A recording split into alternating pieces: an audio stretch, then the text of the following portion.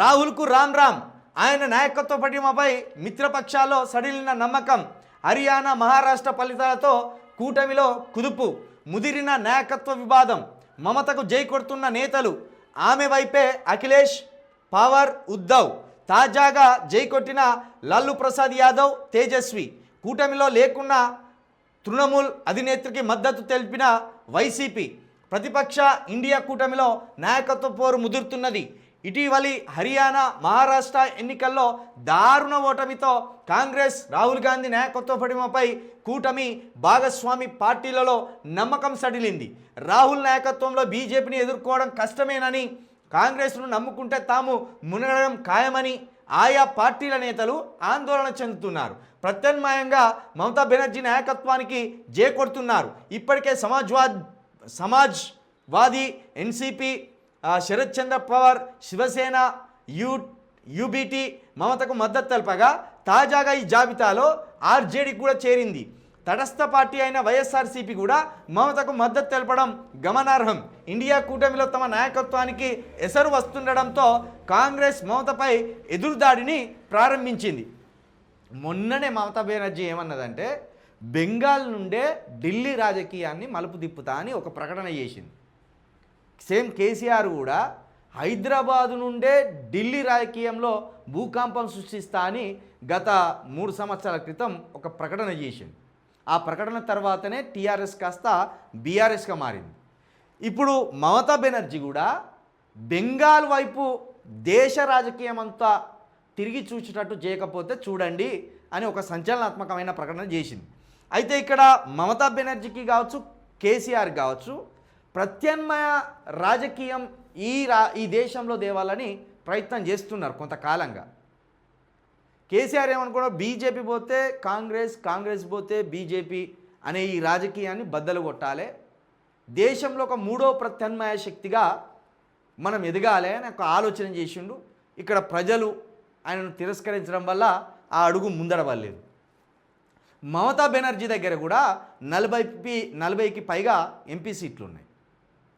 ఆమె కూడా ఇప్పుడు ఈ లాలూ ప్రసాద్ యాదవ్ను కావచ్చు, తేజస్వి యాదవ్ను కావచ్చు, అఖిలేష్ యాదవ్ ఉత్తరప్రదేశ్, అక్కడ 80కి పైగా ఎంపీ సీట్లు ఉన్నాయి.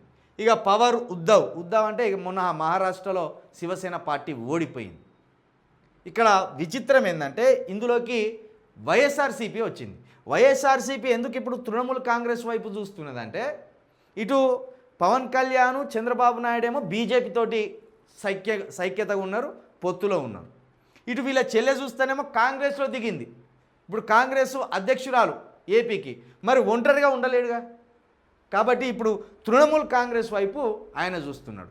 ఇవన్నీ కలుపుకుంటే నిజంగా ఒట్టిగా బీజేపీని పడేయవచ్చు, కానీ అది జరగలే.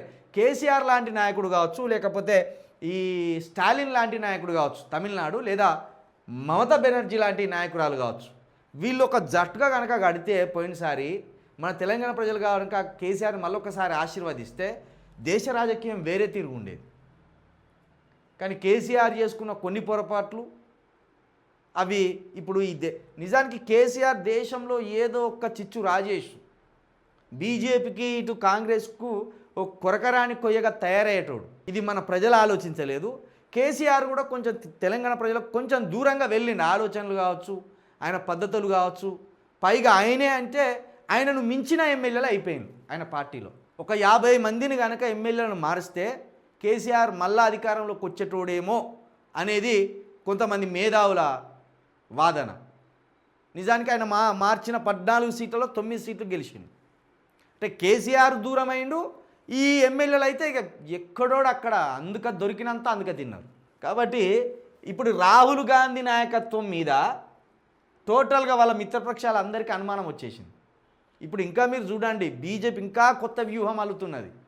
ఆ కొత్త వ్యూహం కనుక సక్సెస్ అయితే కాంగ్రెస్ పార్టీ మొత్తం దేశంలో 0 అవుతుంది. ఇక్కడంటే 6 గ్యారంటీలతోటి ఏదో నమ్మించి అధికారంలోకి వచ్చింది, కానీ ఆ కర్ణాటకలో 5 గ్యారంటీలతోటి అట్లా వచ్చిండు. సేమ్ మహారాష్ట్రలో కూడా 6 గ్యారంటీల పథకాన్ని అప్లై చేద్దామని చూసి బొక్కబోర్ల పడ్డారు. అక్కడ మహారాష్ట్రలో కావచ్చు, ఇక్కడ జార్ఖండ్లో కావచ్చు. ఇది ఇట్లనే జరుగుతూ పోతే రాహుల్ గాంధీ కలగానే మిగులుతుంది. రాజీవ్ గాంధీ తర్వాత మళ్ళీ ఈ దేశానికి ప్రధాని కావాలని కల రాహుల్ గాంధీకి కావచ్చు, వాళ్ళ తల్లి సోనియా గాంధీకి కావచ్చు, ప్రియాంక గాంధీ కావచ్చు, మా అన్నను ఈ దేశానికి ప్రధాని చేయాలని. కానీ ఇది అవుతుందా కాదా తెలియదు. మొత్తానికైతే అందరు హ్యాండ్ ఇచ్చి పడేసిండు. ఇప్పుడు 5 నాయకులు హ్యాండ్ ఇచ్చి పడేసిండు. ఇవన్నీ మళ్ళీ పెద్ద రాష్ట్రాలు. ఉత్తరప్రదేశ్ పెద్ద రాష్ట్రం, బెంగాల్ పెద్ద రాష్ట్రం, ఆంధ్రప్రదేశ్ పెద్ద రాష్ట్రం.